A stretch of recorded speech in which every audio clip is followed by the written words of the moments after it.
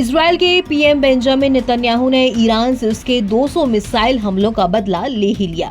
Israel की defence force यानी कि आईडीएफ ने कहा कि वो ईरान के सैन्य ठिकानों पर सटीक हमले कर रही है। उसने ये भी कहा कि दुनिया के किसी भी दूसरे संप्रभु राष्ट्र की तरह इजरायल के पास जवाब देने का अधिकार है और ये उसका कर्तव्य है। वहीं ईरान के सरकारी मीडिया ने बताया कि राजधानी तेहरान में कई धमाकों की आवाजें सुनी गईं। आईडीएफ के प्रवक्ता डैनियल हगारी का कहना है कि 7 अक्टूबर 2023 के बाद ईरान में मौजूद शासन और क्षेत्र में मौजूद उसके साथियों ने इजरायल पर लगातार हमले किए हैं। माना जा रहा है कि इन हमलों के पीछे हर्मीस 900 हत्यारे ड्रोन का भी हाथ हो सकता है। खुद ईरान की सेना ने कहा कि इजरायल ने ज्यादातर हमले ड्रोन से किए हैं। जानते हैं कि क्या है ये डेथ ड्रोन 900।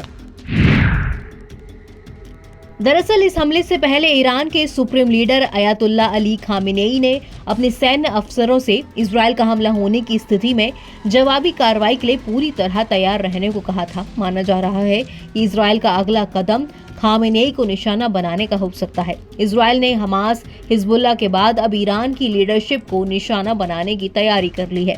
ऐसे में खामेनेई भी अगला निशाना हो सकते हैं।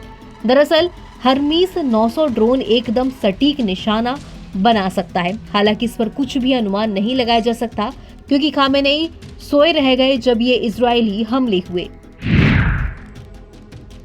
आईडीएफ के पास एक बेहद अनूठा और खतरनाक हथियार आया है। इसका नाम है हर्मीस 900 ड्रोन। इसे कौशेव या द स्टार भी कहा जा रहा है।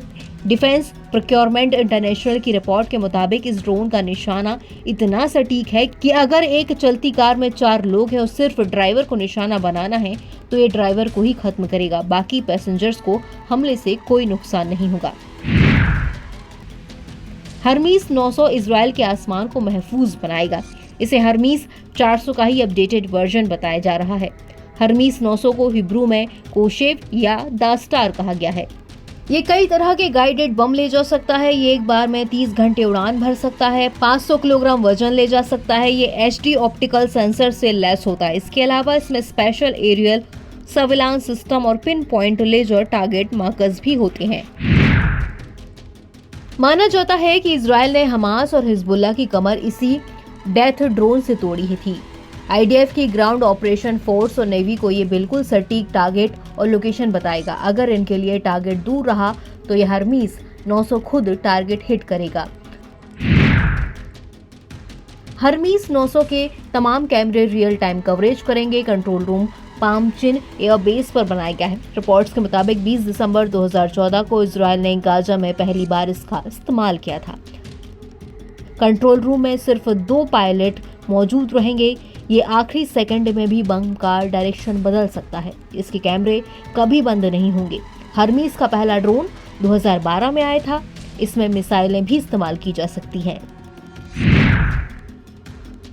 तो वहीं इसी साल 2 फरवरी को शेफर्ड मीडिया की रिपोर्ट में बताया गया कि इजरायल ने Adani Elbit advance systems India limited से 20 भारतीय निर्मित हर्मीस 900 ड्रोन की डिलीवरी ली थी। इस रिपोर्ट के बाद भारत में काफी विवाद हुआ था। हालांकि किसी ने ये बात स्वीकार नहीं की थी। एनबीटी ऑनलाइन की रिपोर्ट।